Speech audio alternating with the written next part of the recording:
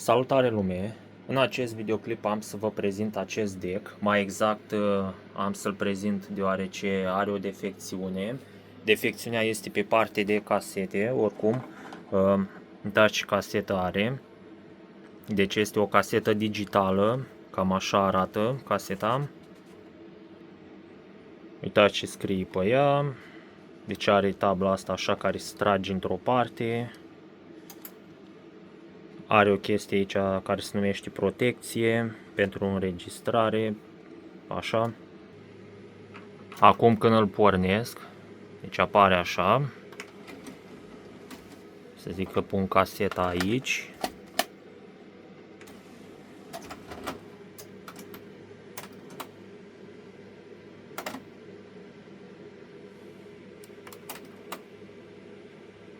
Deci eu am înregistrat ceva pe caseta asta, dar văd totuși că nu redă sunetul, așa. Dar nu știu de ce nu redă sunetul. Asta e ciudat.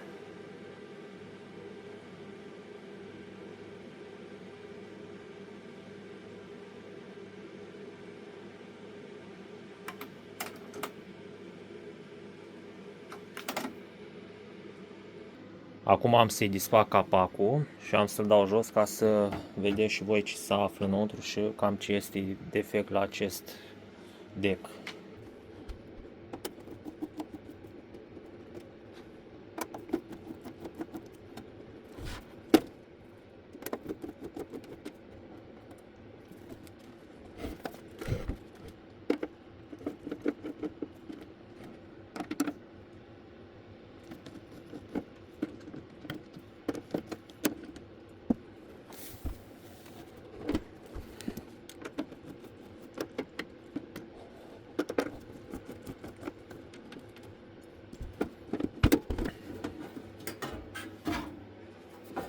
Cam așa arată înăuntru.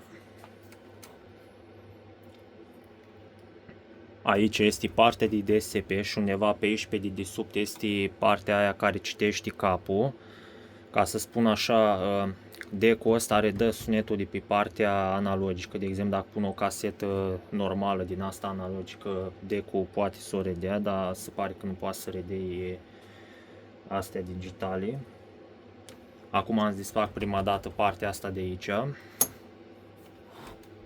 Are aici un șurub în spate.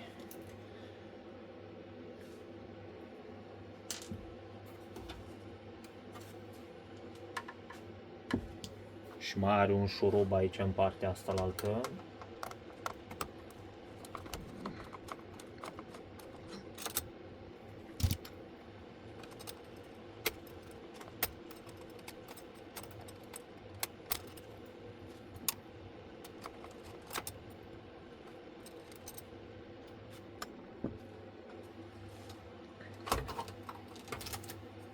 Acum am scos și partea asta de aici, uitați cum arată folia asta. Așa. Se pare că placa asta este băgată așa ca într-un socket. Deci iese din socket. Mai are aici o bandă de comunicare. Deci banda asta de comunicare se scoate așa.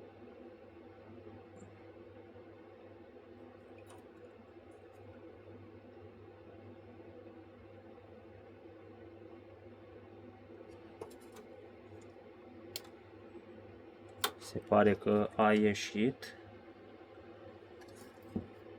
Aici la bandă se observă ceva urme de contact imperfect.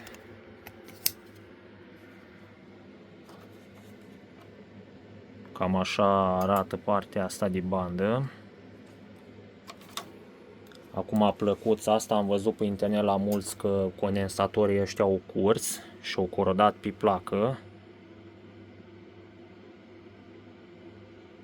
Aici, după cum pare și după cum arată, se pare că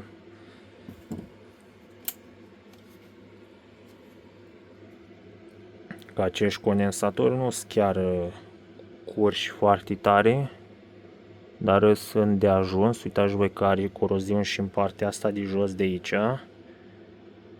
Deci toate viasurile astea care trec prin placă sunt corodate.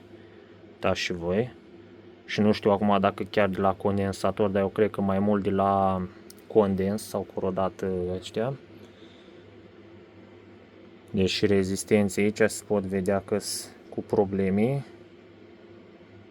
Uitați cam așa.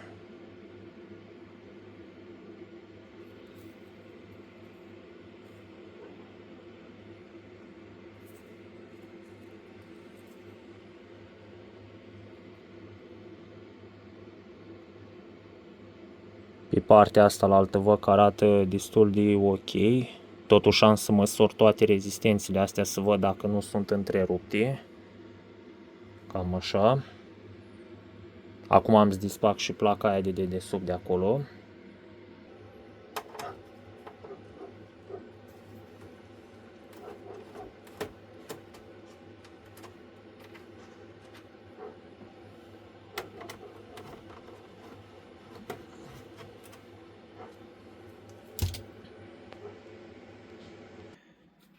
Până la urmă am desfăcut și bordul ăsta din față, deci bordul ăsta are două șuruburi aici deasupra și două aici jos, uitați.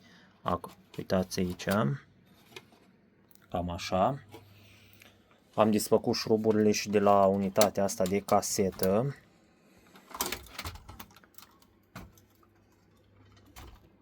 Am să o întorc pe dos. Cam așa arată partea pe verso. Deci plăcuța asta mică trebuie să o dau afară de aici și să o investighez, să văd dacă e totul în regulă. Uitați cum arată șurubul și toate astea.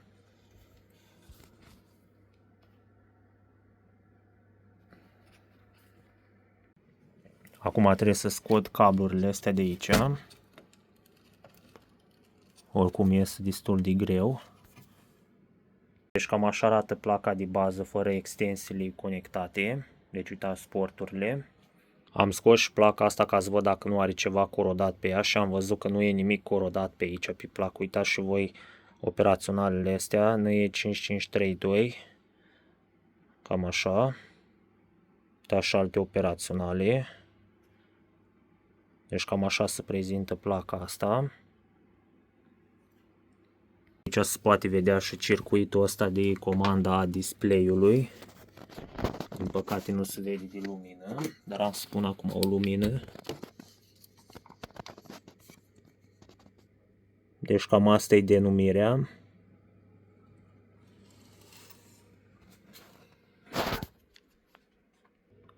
Aici e partea de stabilizare.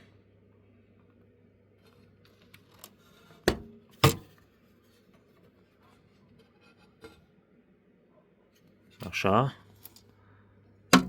Aici e sursa de alimentare. Până la urmă am scos și plăcuța asta afară. Uitați și banda de conexiune cu capul de casetă. Cam așa arată. Uitați și prinderea de aici, deci are numai oxid. Și aici în partea asta de jos, zici că a intrat apă înăuntru. Cam așa arată partea asta cu circuitele integrate pentru comanda la motorașe. Deci astea dă comandă la motorașe. Partea bună e că curelele încă mai sunt bune. Încă își mai fac treaba.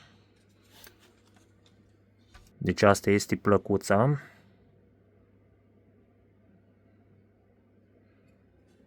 Banda pe care am scos-o din portul ăsta de aici, ca să vă arăt. Deci cam așa se prezintă banda de aici, care am scos-o. Încă se mai poate folosi. Are foarte multe coroziuni.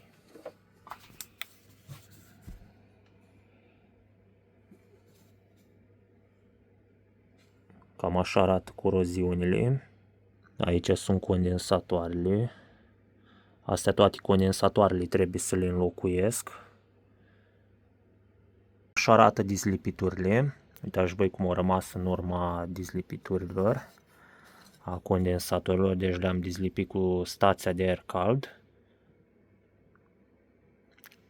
La unul i s-a rupt padul, doar că padul ăla făcea contactul la masă, deci nu e problema așa de mare.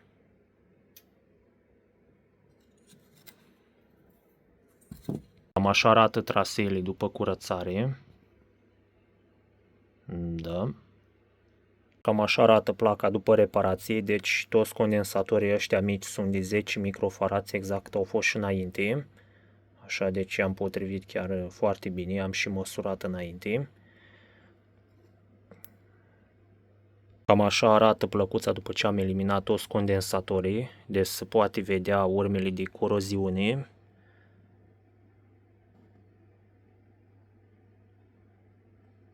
Cam așa arată după curățare. Deci voi. Cam așa arată placa după reparație. Deci se poate vedea că n-am mai folosit condensatori electrolitici. Am preferat să folosesc condensatori din ăștia pe tantalum.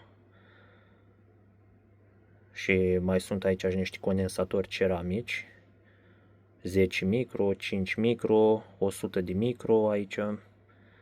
Deci cam asta e. Cam așa arată plăcuța asta după montare. Am schimbat șurubul, am curățat și de rugină. Cam așa arată.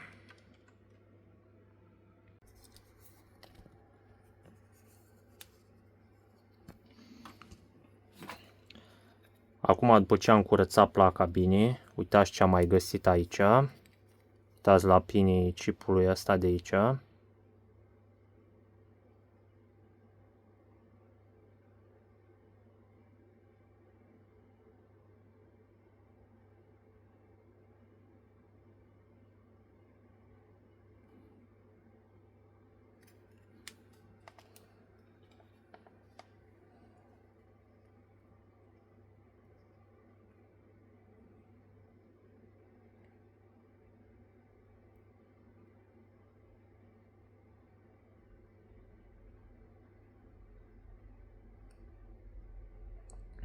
Ia uitați aici cum se mișcă pinii ăștia.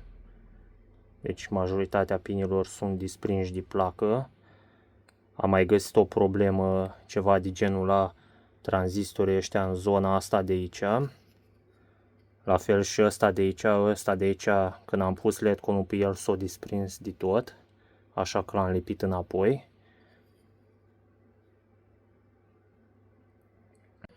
Se pare că mai există o defecțiune aici pe placă, ceea ce nu mă lasă să înregistrez pe casetă. Deci uitați, când conectez sonda la osciloscop la pinul EIE, deci uitați aici, uitați cum mi apare pe osciloscop, așa.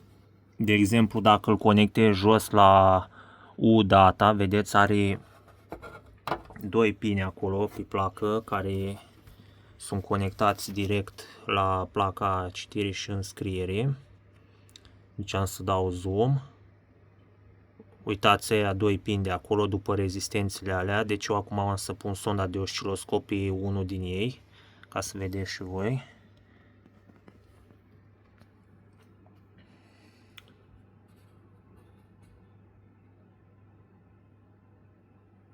Deci acum l-am pus pe U-data și uitați cum îmi apare unda pe osciloscop pe U-data. De exemplu, dacă îl pun pe U-clock, așa apare pe U-clock. Așa, am mai observat aici pe placă, la conexiunile astea clock și data, de exemplu, dacă pun pe clock aici, uitați cum îmi apare pe osciloscop pe clock. Și acum dacă îl pun pe data, uitați cum îmi apare pe data. Deci cam așa îmi face, ceea ce nu mi se pare normal și nu este conform datasheet-ului. Așa că defecțiunea se pare că vine de undeva de pe placa de bază. Bănuiesc că placa asta face comunicarea cu circuitul ăsta integrat care se află aici. Ori dacă nu, probabil că face comanda prin această bandă și prin acest circuit integrat de aici. Așa, deci acum trebuie să verific cu toate conexiunile, dar am să mă uit și în datasheet. Aici în datasheet se poate vedea destul de clar pinii de măsurat, uitați, U-data și U-clock, exact ce am măsurat mai înainte. Și aici scrie că duce pe placa de citire și scriere. Pe partea asta la altă, de exemplu pe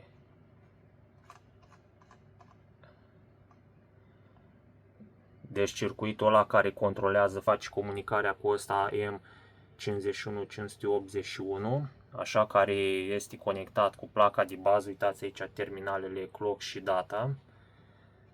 Acum trebuie să caut pe placa de bază. Între timp eu am reglat și frecvența asta de aici de 7,5 MHz. Am deconectat placa de DSP, mai exact este placa de control, că placa de DSP este pe partea asta la altă.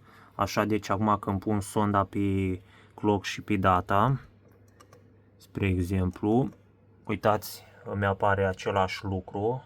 Deci practic problema, bănuiesc că vine de pe această placă de bază. Acum trebuie să investighez. Acum am să demontez toate șuruburile astea de aici ca să pot ajunge la placa de bază, să văd și eu pe verso cam care este treaba. Acum, după ce am desfăcut capacul, așa, dacă stau să mă uit atent la conexiuni, totuși nu cred că conexiunile sunt divină. Până la urmă am identificat traseele astea, data și clock, și am observat că se conectează la acest integrat. Uitați, am și marcat cu markerul acolo unde sunt conectați. Am identificat cuarțul, uitați aici. Deci dacă ating pe un terminal, îmi arată așa pe osciloscop, și dacă ating pe terminalul ăsta la alt, aici, uitați cum se comportă. Cam așa, deci în schemă cam așa arată cuarțul. Așa.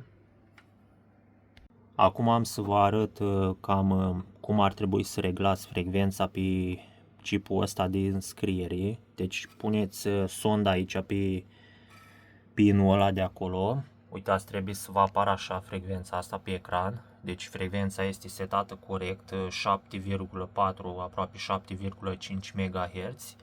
Atâta dă și producătorul. Reglajul se face prin semireglabilul ăsta de aici de jos. Așa.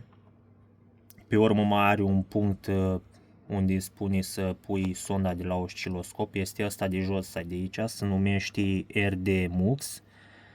Ăsta de aici de jos este un fel de feedback care vine de la circuitul RAD.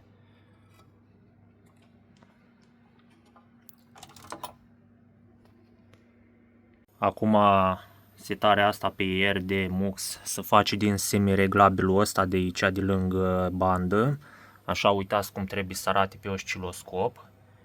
Așa, deci trebuie să reglați osciloscopul scala la 50 de mV. Deci, na, cam așa trebuie să arate. Din păcate, nu prea știu ce să mai fac la dispozitivul ăsta din cauza că totuși am căutat problema și pe internet și totuși cuarțul pare să fie în regulă. Uitați, U-Clock, cam așa arată. Și dacă mut pe conectorul EE ăsta de aici, așa, uitați cum îmi apare pe osciloscop. Am setat funcția Tiger încât să îmi arate semnalul cât mai bine.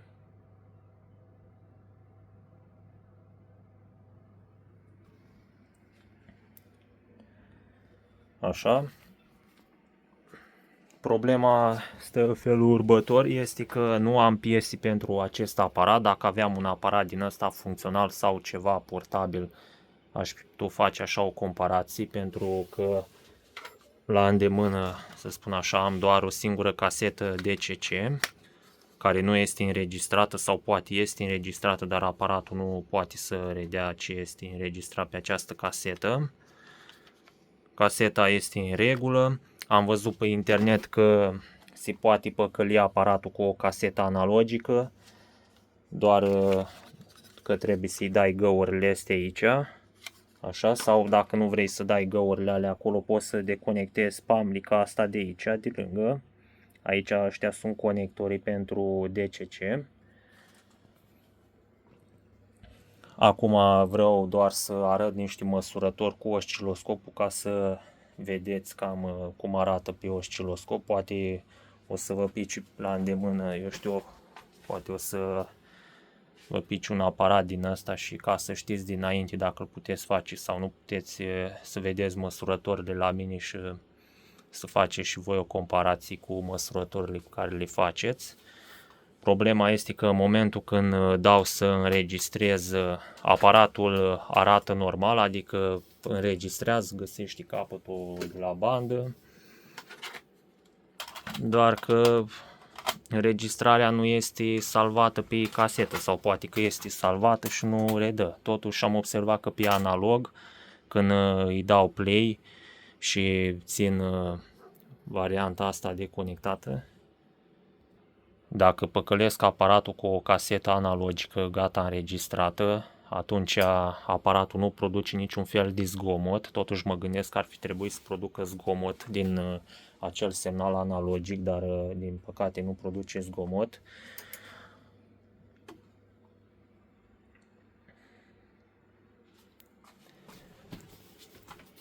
Acum am să încerc să înregistrez pe casetă ca să vedeți și voi cam cum se face și cam cum arată. Deci prima dată când puneți caseta, apăsați pe butonul ăsta Append. Uitați și pe osciloscop, pe ochiul ăla. Uitați, deci cam așa apare ca să vedeți în total.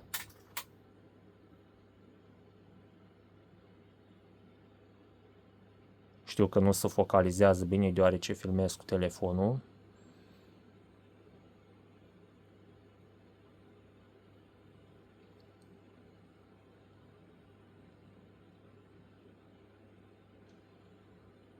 Pe viitor am să fac rost de o cameră profesională ca să nu mai am probleme de genul.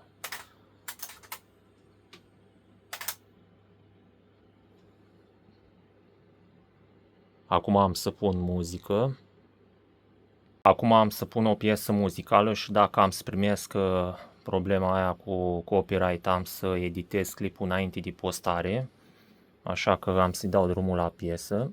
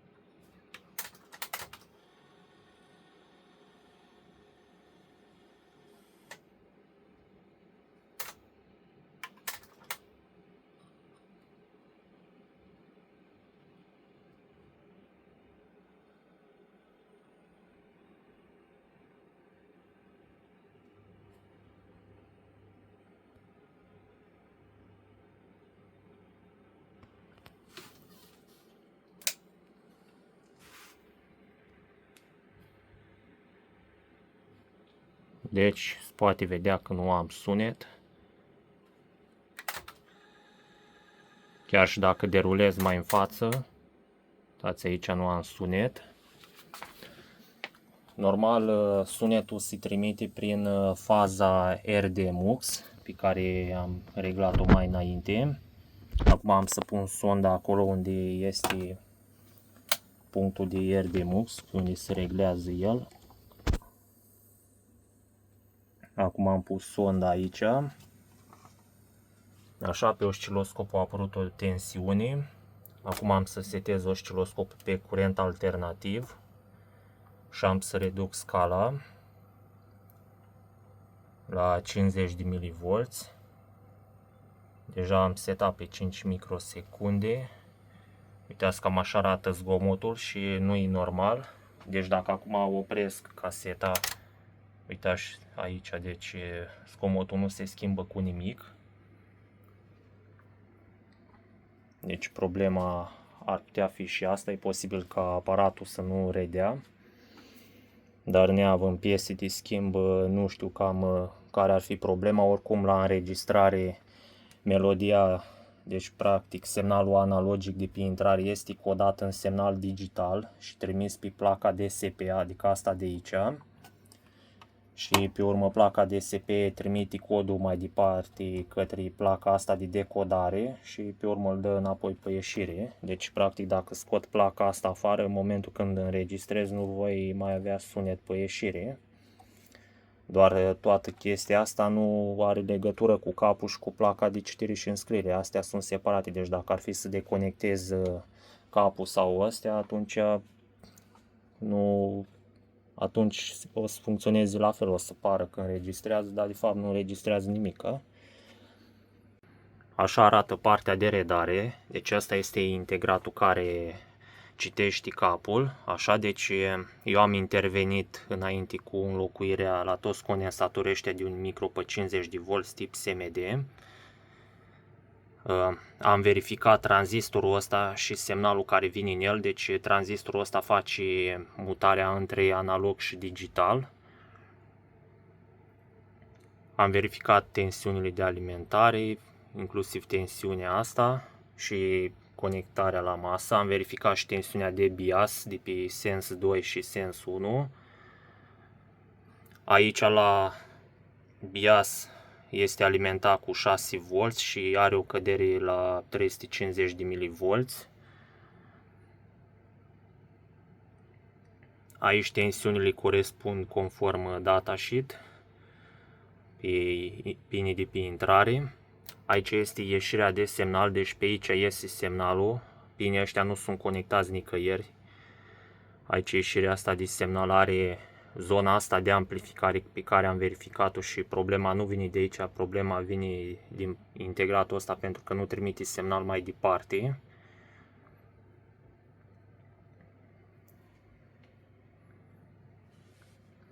Totuși partea analogică funcționează și se poate vedea că circuitul conține și etajul pentru analog, aici în partea de jos. Și în momentul când introduce o casetă analogică și vede chestia asta, el comută singur din tranzistorul ăsta de aici și activează zona analogică. Integratul ăsta se ocupă cu partea de scriere, deci am verificat semnalul clock și UData, acestea ajung până aici. Așa, deci totodată comunică și cu partea de jos, cu integratele astea operaționale digitale. Așa, are și un counter aici pentru contorizare. Aceștia, grupa asta de operaționale, să spun așa, controlează pinul 6 de pe acest integrat și cu pinul 9. Așa, vedeți, pinul 6 este conectat direct aici, după schemă.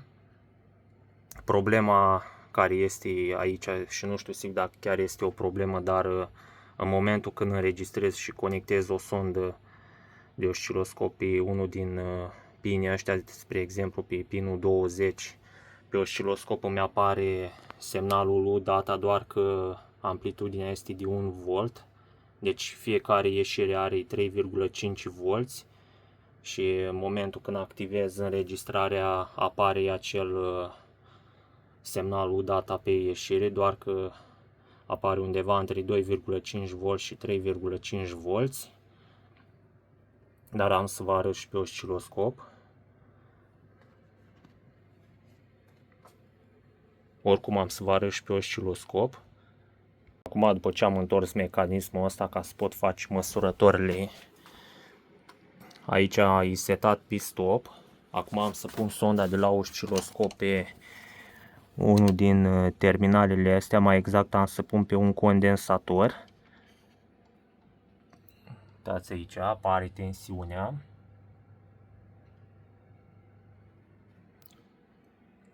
Deci tensiunea este prezentă.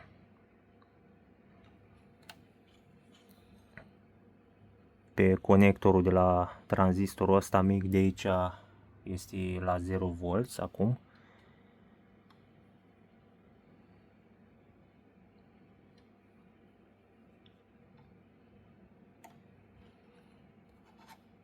Acum am să cuplez înregistrarea și am să îi dau drumul la înregistrare. Acum când pun sonda aici pe terminal, uitați ce apare. Deci cam așa arată zgomotul. Dacă îl conectez pe unul din pinii acestui tranzistor, să zicem pe emitor, uitați cum arată pe emitor. Deci cam așa se interpretează. Dacă îl conectez pe colector, cam așa arată pe colector.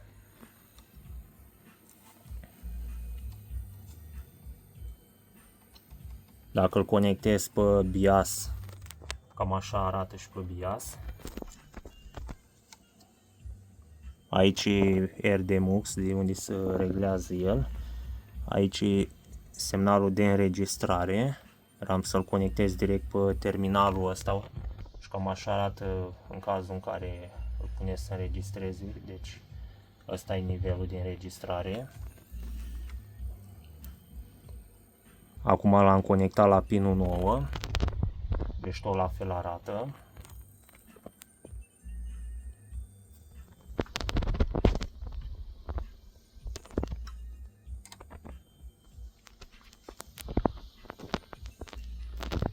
Acum am băgat o casetă analogică pe post de digital, deci am scos conectorul ăsta de detectare a casetei. Așa, pe casetă am înregistrată muzică în semnal analogic. Acum am să-i dau play. Deci se vede că nu redă nimic, nici măcar zgomot.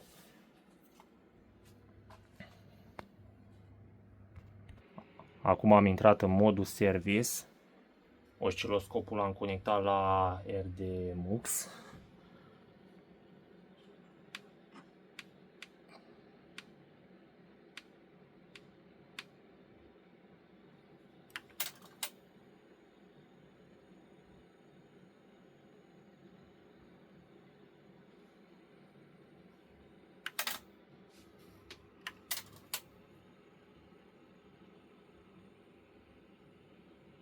Acum e setat pe redare.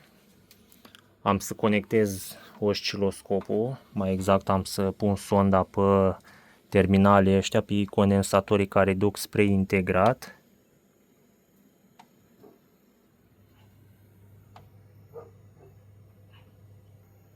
Acum, după ce am pus sonda, se vede că nu există niciun fel de zgomot. Deci asta arată că capul nu captează, nu prelucrează semnalul și practic chipul ăsta de citire nu primește semnal. Am pus sonda și înainte și după condensator și tot la fel. Osciloscopul este conectat în modul curent alternativ.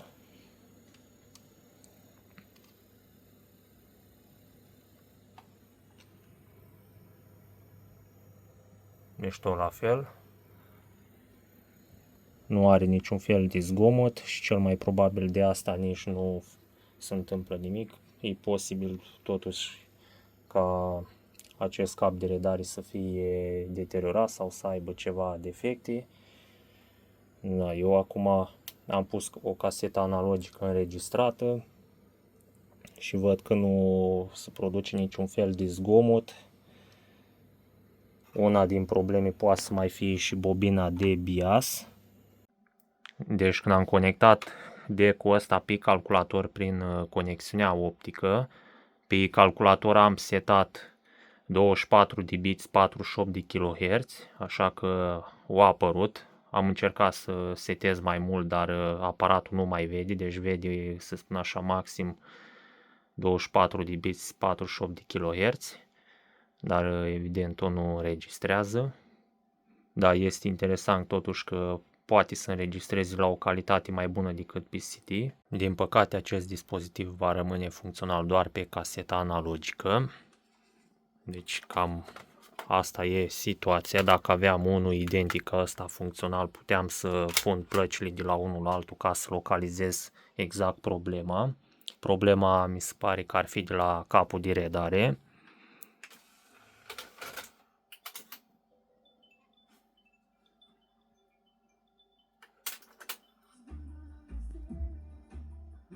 Da, îmi da muzica mai încet ca să nu se audă cine știe ce tare.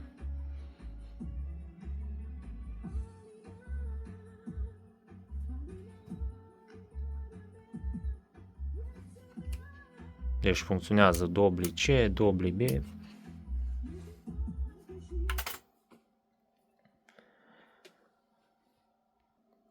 Cam asta e videoclipul. Dacă aveți întrebări despre acest dispozitiv, puteți să lăsați un comentariu. Eu vă pot spune cam ce și cum. De exemplu, dacă nu știți cam ce semnal aveți pe undeva sau vreți să știți ce semnal trebuie să aveți într-un punct anume, eu aș putea să măsor și să vă trimit specificațiile, să spun așa. Până la urmă, eu cred că problema s-ar putea să fie de la capul ăsta de redare, dar nu sunt sigur dacă aveam un dispozitiv funcțional, atunci puteam să schimb capul, dar sau puteam să fac o comparație cu plăcile, așa că, da, cam asta e. Deci, cam asta a fost videoclipul, sper că v-a plăcut și am să revin cu un alt videoclip destul de curând.